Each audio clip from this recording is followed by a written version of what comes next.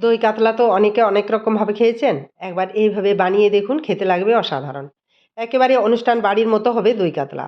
সবার প্রথমে কাতলা মাছগুলি ভালো করে ধুয়ে লবণ আর পাতিলেবুর রস মাখিয়ে রেখে দেবো। এবার কড়াইয়ে সাদা তেল গরম করে মাছগুলি দিয়ে ব্রাউন করে ভেজে নেব। এবার ওই তেলে গোটা গরম মশলা ফোড়ন দিয়ে একটা বড় সাইজের পেঁয়াজ বাটা দিয়ে দেবো। পেঁয়াজ ব্রাউন করে ভাজা হয়ে গেলে 1 চামচ আদা বাটা আর অল্প জল দিয়ে মশলা কষাতে থাকবো। এরপর স্বাদ মতো লবণ লঙ্কা গুঁড়ো দিয়ে আবার মশলা কষিয়ে নেব। এদিকে একটি বাটিতে 2 চামচ টক দই, 5-6টি কাজু বাদাম, 1 চামচ চারমগজ পেস্ট করে নেব।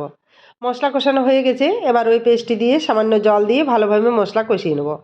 মশলা থেকে তেল ছেড়ে গেলে পরিমাণ মতো জল দিয়ে দেবো। ঝোল ফুটলে মাছগুলি দিয়ে কিছুক্ষণ ফুটিয়ে নেব। এরপর সামান্য চিনি আর উপর থেকে চেরা কাঁচা লঙ্কা ছড়িয়ে নামিয়ে নেব। তৈরি হয়ে গেল একদম অনুষ্ঠান বাড়ি স্টাইলের দই কাতলা।